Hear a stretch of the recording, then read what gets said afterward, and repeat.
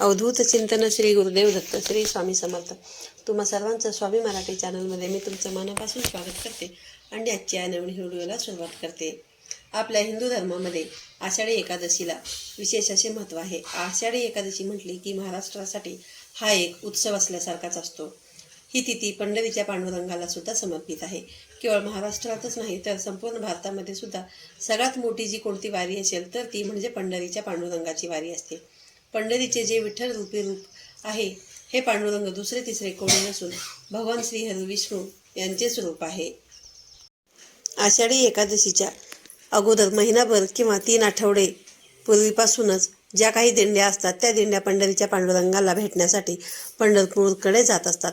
यामध्ये लाखो भाविक भक्त आपली सगळी दुःख विसरून, त्यांचा जो काही ताणतणाव असेल ते सगळं विसरून, त्यांचा थकवा विसरून या पंढरीच्या दिंडीमध्ये सामील होत असतात.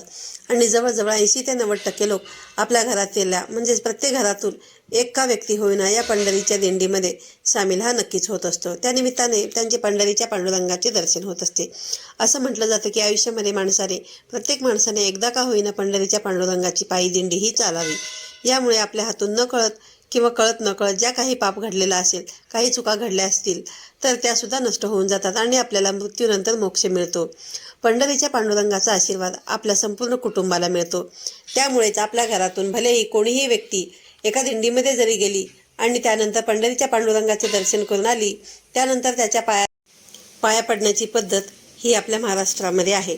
कारण त्याचे जे पाय असतात ते पंढरीच्या पांडुरंगाच्या नगरीमध्ये लागलेले असतात आणि त्यानिमित्ताने त्या व्यक्तीचं आपण जर दर्शन घेतलं तर जणू काही आपण विठ्ठलाचे किंवा विठ्ठल रुक्मिणींचेच दर्शन घेतल्यासारखे असते.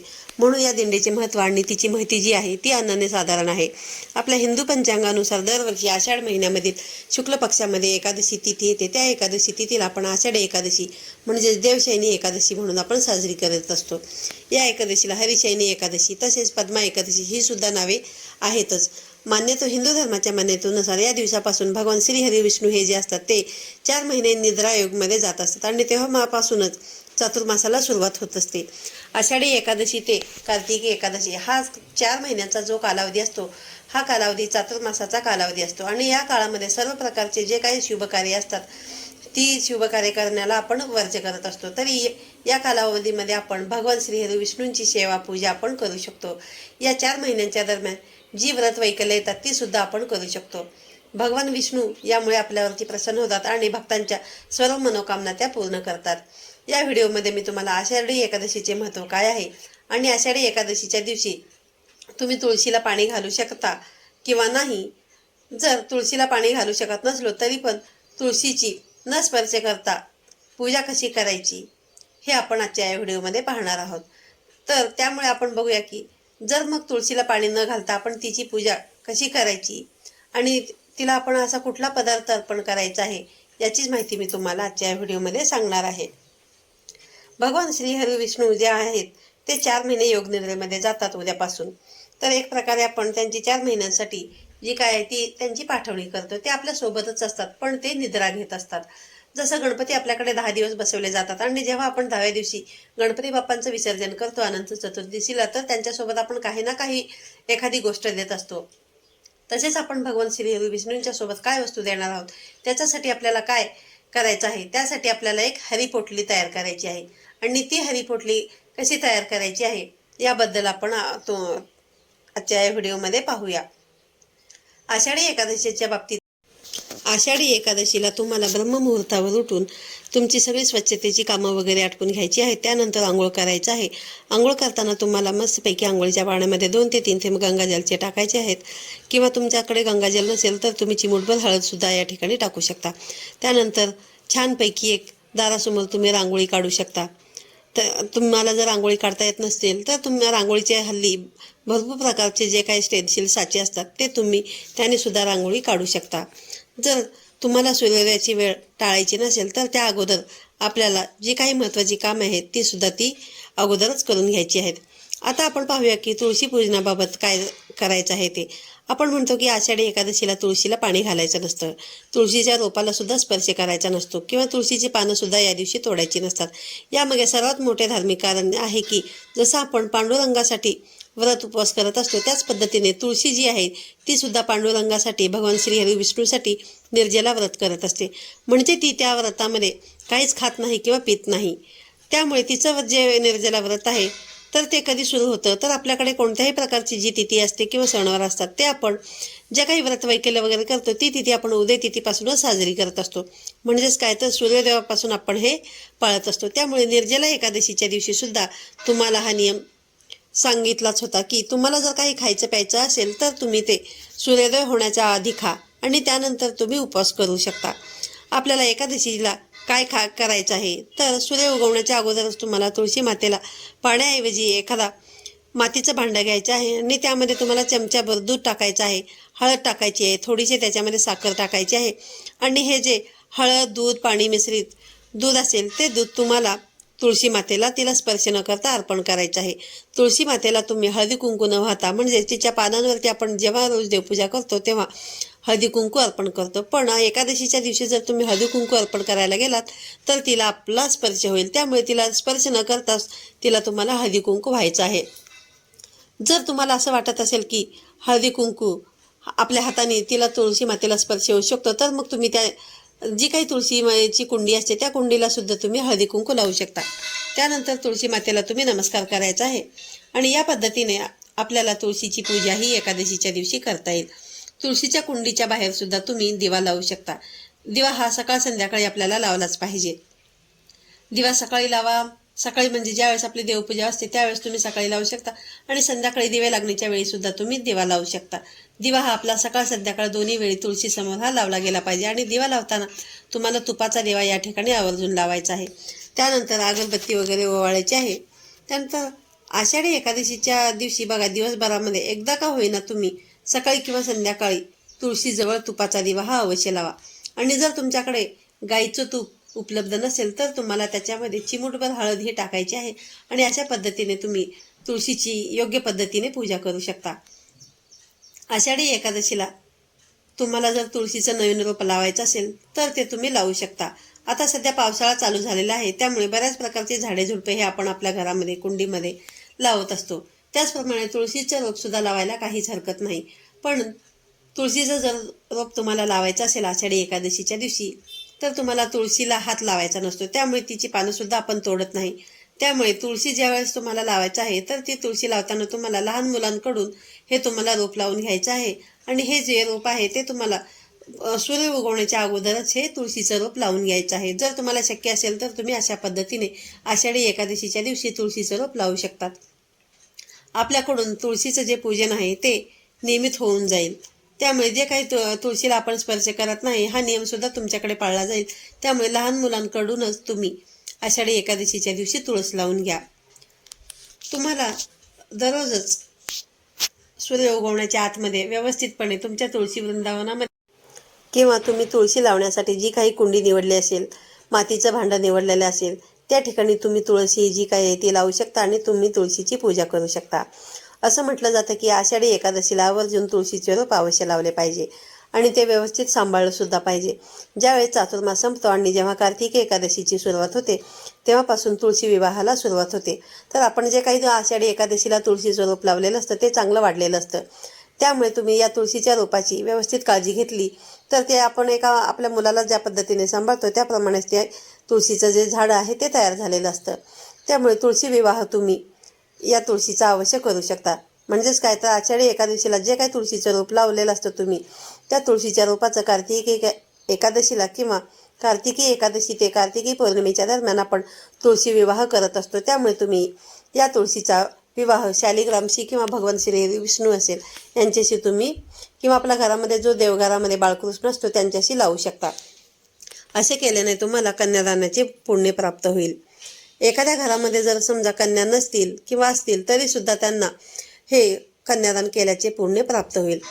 आणि समजा ज्यांच्या घरामध्ये कन्या आहे पण तुळशीला सुद्धा तुम्ही कन्याच्या रूपामध्ये कन्या विवाह करून तुळस वाढवलेली असते त्यामुळे तुम्ही तिची सेवा केली तर त्याचे फळ हे जे काही आहे ते तुम्हाला नक्कीच मिळेल. एका कन्यादानाचं पुण्य तुमच्या पदरी प्राप्त होईल. कन्यादानासारखं मोठं पुण्य हे कोणतंच नाही. त्यामुळे यासारखा मोठा योग किंवा यासारखी मोठी गोष्ट अजून कोणतीच नाही हे तुम्हाला आम्हाला सगळ्यांनाच माहीत आहे. त्यामुळे तुळशीचं जर रोप तुम्हाला लावायचं असेल तर आषाढी एकादशीला लावा. त्यानंतर आषाढी एकादशीच्या दिवशी भगवान श्री हरी विष्णू किंवा त्यांचे जे कुठलेही अवतारांचे फोटो किंवा मूर्ती आपल्याकडे असतील त्यांची आपण पूजा करू शकतो. भगवान श्री हरी विष्णूंची पूजा आपल्याला करता येते. तुम्ही वामन अवतारांची पूजा करू शकता, सत्यनारायणाच्या अवताराची पूजा करू शकता. जर तुमच्याकडे कासव असेल, शंख असेल किंवा वराह अवताराचा तुमच्याकडे फोटो असेल तर त्यांची सुद्धा तुम्ही पूजा या दिवशी करू शकता. त्याचबरोबर भगवान श्रीरामांची पूजा सुद्धा तुम्ही या दिवशी करू शकता. किंवा आपल्या प्रत्येकाच्या देवघरामध्ये बाळकृष्ण असतो किंवा मग काही जणांकडे विठ्ठल रुक्मिणींची सुद्धा मूर्ती असते. तुम्ही त्या रूपाची सुद्धा पूजा करू शकता. फक्त पूजा करताना तुम्हाला सर्वप्रथम त्या मूर्तीला स्नान घालायचं आहे. आणि ज्यावेळेस तुम्ही हे स्नान घालाल त्यामध्ये तुम्हाला तुळशीची काही पानं टाकायची आहेत आणि ते तुळशी मिश्रित पाणी करून तुम्हाला स्नान घालायचं आहे. आणि त्याच्यामध्ये तुम्ही थोडंसं चंदन किंवा केशर सुद्धा मिसळू शकता. ज्यांच्याकडे शंख आहे त्यांनी शंखामध्ये सुद्धा हे पाणी भरू शकता आणि त्या पाण्याने भरलेल्या मूर्तीला तुम्ही पंचामृताने स्नान घालू शकता. जर आपण पंचामृताने स्नान घातलं, अभिषेक केला तरी सुद्धा तुम्हाला पुन्हा पाण्याने हे स्नान घालावंच लागतं, अभिषेक करावंच लागतं. त्यामुळे स्नान घालताना सुद्धा तुम्हाला तुळशीच्या पानांचा वापर करता येईल. जर तुम्ही तुळशीची पाने आदल्या दिवशी तोडून ठेवली असतील तर त्यामुळे तुम्ही आजच्या दिवशी तुळशीची पानंही आवर्जून तोडून ठेवा. त्यानंतर आपण मूर्ती स्वच्छ पुसायची आणि आपल्याकडे जे काही वस्त्र असतील ते वस्त्र आपल्याला विष्णूंच्या जे काही तुमच्याकडे मूर्ती असेल त्या मूर्तीला तुम्हाला घालायची आहेत. आणि पूजेसाठी ती जी मूर्ती आहे ती मूर्ती तुम्हाला योग्य पद्धतीने आसनावर बसवायची आहे. त्यानंतर आपल्याला एक चंदनाचा गंध सुद्धा तुम्ही लावू शकता, हळदीचा लावू शकता किंवा जर तुमच्याकडे बुक्का अवेलेबल असेल तर तुम्ही बुक्का सुद्धा लावू शकता. आणि जर तुमच्याकडे बुक्का अवेलेबल नसेल तर त्यासाठी तुम्हाला एक विड्याचं पान घ्यायचं आहे किंवा एक वाटी घ्यायची आहे. आणि ते तुम्ही जे काही दिवा लावलेला असाल तो दिवा तुपाचा दिवा लावलेला असावा. आणि त्या दिव्यावरती जर तुम्ही ते धरलं तर जी काही काजळी तयार होईल आणि ती काजळी तुम्ही बुक्का म्हणून हे लावू शकता. सत्यनारायणांचं हे जे काही पुस्तक आहे त्याच्यामध्ये हे सांगितलेलं आहे. त्यामुळे मी येथे हा उपाय तुम्हाला सांगितलेला आहे. जर कोणाकडे चंदन नाहीये तर त्यांच्याकडे कोणाकडे गंधगोळी नाहीये तर मग नाईलाजाने तुम्ही कुंकू लावता. तर मग कुंकू लावण्याऐवजी हे जर अशा प्रकारे तुम्ही बुक्का करून भगवान श्री विष्णूला किंवा विठ्ठलांच्या रूपाला लावलं तर ते त्यांना अतिशय प्रिय आहे. एक तर भगवान श्री विष्णूंना गोपीचंद प्रिय आहे किंवा मग आपण त्यांना मी सांगितल्याप्रमाणे तुम्ही बुक्का लावू शकता. त्यामुळे तुम्हाला जर बुक्का उपलब्ध नसेल पण तुम्हाला भगवान श्री हरी विष्णूंना किंवा विठ्ठलांना बुक्का लावायचाच आहे तर या प्रकारे तुम्ही बुक्का त्यांना अवश्य लावू शकता. तुमच्याकडे जर विड्याचं पान नसेल तर तुम्हाला मी या ठिकाणी सांगितलेलंच आहे की एक वाटी सुद्धा तुम्ही स्टीलची घेऊ शकता आणि ती तुम्हाला तुपाच्या दिव्यावरती धरून जी काही काजळी येईल ती काजळी तुम्ही भगवान श्री हरी विष्णूंना लावू शकता. श्री हरी विष्णूंना किंवा त्यांच्या कोणत्याही एका रूपाला हे आपल्याला जी काही आता पोटली तयार करायची आहे ती पोटली तुम्हाला अर्पण करायची आहे. आपल्या प्रत्येकाच्या देवघरामध्ये बाळकृष्ण असतातच किंवा विठ्ठल रुक्मिणीचा फोटो असतो किंवा मूर्ती असते. त्या फोटोच्या शेजारी किंवा त्या मूर्तीच्या शेजारी ही पोटली जी आहे ती तुम्हाला ठेवून द्यायची आहे. आषाढी एकादशीच्या दिवशी ही पोटली तुम्ही दिवसभरामध्ये कधीसुद्धा तयार करू शकता. पोटली म्हणजेच काय तर एखादी छोटी पिशवी असते किंवा एखादा कपडा असेल आणि त्या कपड्याचं गाठोडं बांधून जरी तुम्ही ठेवलं तरी चालेल. त्यासाठी तुम्हाला पिवळ्या रंगाचं वस्त्र घ्यायचं आहे. पिवळ्या रंगाची फुलं हे भगवान श्री विष्णूंना अतिशय प्रिय आहेत. त्यामुळे तुम्हाला या ठिकाणी पिवळी फुलं घ्यायची आहेत. त्यामुळे या ठिकाणी तुम्ही आवर्जून पिवळ्या कपड्याचा निवड करा. आणि हा पिवळा कपडा घेताना तुम्हाला नवीनच घ्यायचा आहे. हा तुम्ही छोटासा तुकडा सुद्धा घेऊ शकता. फक्त घेताना एवढं तुम्हाला लक्षात ठेवायचं आहे की त्याचं ते तुम्हाला पोटली बनवता आली पाहिजे आणि गाठ मारता आली पाहिजे.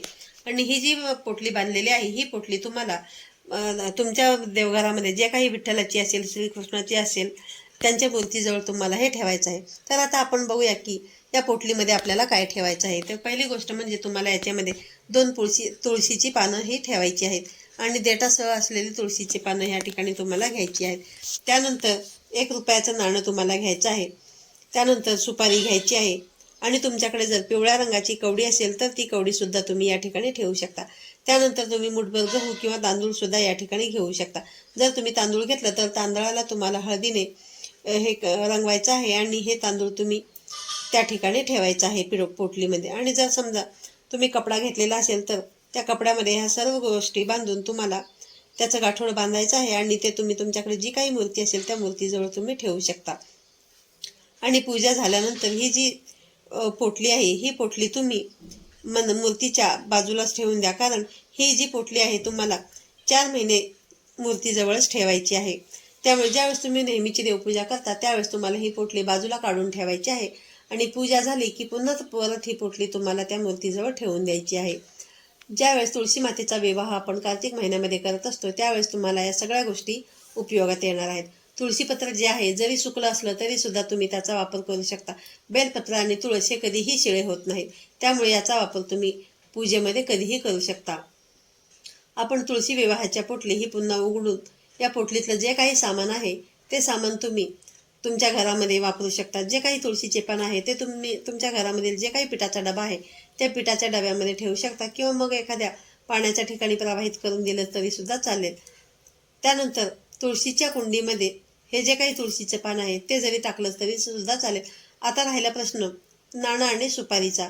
हे नाणं आणि सुपारी तुम्हाला इतर कोणतीही जर तुम्ही पूजा करत असाल तर त्यावेळी तुम्हाला ते वापरता येईल. ज्यावेळेस आपण भगवान श्रीहरी श्रीकृष्णांची विठ्ठलाची शालिग्राम हे ज्यावेळेस आपण लग्न करताना वापरतो तुळशी मातेचं त्यावेळेस तुम्हाला ते पिवळ्या रंगाचं जे कापड आहे ते सुद्धा पूजेमध्ये उपयोगात येईल. त्यामुळे तुम्ही ती कपड्यामध्ये बांधलेली पोटली किंवा गाठोडं बांधलेलं असेल ते तसंच तुम्ही जपून ठेवू शकता आणि पुढच्या वेळेस ती पोटली सुद्धा तुम्ही सांभाळून ठेवा, जेणेकरून जी काही तुम्ही पोटलीच घेतलेली असेल तर त्याच्यामध्ये जे काही गहू किंवा तांदूळ असतील तर ते सुद्धा तुम्हाला तुळशी विवाहाच्या वेळी कामामध्ये येतील. जर तुम्ही गहू घेतलेले असतील तर त्या गहू चौक भरण्यासाठी तुम्हाला उपयोगात येतील आणि जर तुम्ही हळदीने पिवळे केलेले तांदूळ गव्हाऐवजी वापरले असतील तर ते सुद्धा तुम्हाला अक्षता म्हणून या ठिकाणी कामी येतील. जर तुमच्याकडे शालिग्राम असेल तर शालिग्रामला अक्षता वाहू नये. शालिग्राम यांना अक्षता वाहण्याचा एकमेव दिवस जो असतो तो म्हणजे तुळशी विवाहाच्या वेळी, कारण विवाह म्हटला की आपण त्याच्यामध्ये अक्षता त्याचा वापर करत असतो, त्यामुळे तांदळाचाच वापर या ठिकाणी आपण आवर्जून करत असतो. म्हणून तुम्ही तुळशी विवाहाच्या दिवशी तांदूळ म्हणून तुम्ही ज्या काही त्या घेतलेल्या आहेत अक्षता तांदूळ ते तुम्ही अर्पण करू शकता. मुठभर असल्यामुळे तुमच्या घरातील जे काही सर्व सदस्य आहेत त्यांना सुद्धा ते सहज पुरून जातील. त्यामुळे तुम्ही अजून सुद्धा त्यावेळेस आणखीन मुठभर जे काय आहेत ते तुम्ही तांदूळ बनवू शकता. आणि एक छोटंसं प्रतीक म्हणून या पोटलीमध्ये तुम्हाला पिवळ्या रंगाच्या अर्थातच हळदीने पिवळ्या केलेल्या अक्षता हे आवर्जून ठेवायचे आहेत. आणि मी व्हिडिओमध्ये सांगितल्याप्रमाणे तुमच्याकडे जर पिवळी कवडी ठेवलेली असेल तर ती कवडी तुम्ही तुमच्या देवघरामध्ये पूजेसाठी वापरू शकता किंवा तुम्ही तुमच्या तिजोरीमध्ये सुद्धा ही ठेवू शकता. माता लक्ष्मीला हे अतिशय प्रिय आहे, त्यामुळे ही कवडी तुम्ही माता लक्ष्मीच्या मूर्तीजवळ किंवा फोटोजवळ सुद्धा ठेवू शकता. आणि अशा पद्धतीने ही हरिपोटली तयार झालेली असते. त्या हरिपोटलीचा वापर तुम्हाला परत करता येऊ शकतो आणि ही हरिपोटली तुम्हाला जवळजवळ चातुर्मास होईपर्यंत हे तुम्हाला त्या तुमच्या मूर्तीजवळच ठेवायचं आहे. भगवान श्री हरी विष्णूंच्या या सर्व आवडीच्या वस्तू आपण या पोटलीमध्ये ठेवलेल्या असतात. एक प्रकारे आपण त्यांच्यासोबत ही आपल्याकडून दिलेली एक शिदोरीच असते आणि ही शिदोरी आपण त्यांच्या विवाहाच्या वेळी पुन्हा उपयोगात आणतो. पोटलीमध्ये ठेवण्यासाठी ज्या वस्तू मी तुम्हाला सांगितलेल्या आहेत त्यातली एखादी वस्तू जर तुमच्याकडे नसली तरी सुद्धा चालेल. त्यामुळे ऐनवेळी एखादी वस्तू नाही म्हणून तुम्हाला पोटली बांधू शकत नसाल असं तुम्हाला जर वाटत असेल तर काहीही हरकत नाही. तुमच्याकडे जितक्या वस्तू मिळतील तितक्या वस्तूने सुद्धा तुम्ही ही पोटली तयार करू शकता. आत्ताच मी व्हिडिओमध्ये सांगितलं की तुम्हाला पैसे म्हणून पूर्वीच्या काळामध्ये कवडीचा वापर करायचा, त्यामुळे या ठिकाणी कवडीची पूजासुद्धा आपण तितक्या श्रद्धेने आणि भक्तिभावाने करत असतो. आणि 1 रुपयाचं नाणं जे आहे ते नाणंसुद्धा तुम्हाला या ठिकाणी वापरायचं आहे. कवडीचा वापरसुद्धा पैसा म्हणून पूर्वीच्या काळामध्ये केला जात होता. त्यामुळे ह्या ज्या काही सगळ्या गोष्टी आहेत ह्या सगळ्या गोष्टी तुम्हाला व्यवस्थित बांधून ठेवायच्या आहेत. आणि ही जी पोटली आहे ती पोटली भगवान श्रीहरी विष्णूंच्या मूर्तीजवळ किंवा फोटो शेजारी तुम्हाला आठवणीने ठेवायचं आहे. तर आजचा व्हिडिओ तुम्हाला कसा वाटला हे तुम्ही कमेंट करून नक्की सांगा. तर पुन्हा भेटूया अशाच एका नवीन आणि माहितीपूर्ण व्हिडिओमध्ये. तोपर्यंत सर्वांना श्री स्वामी समर्थ.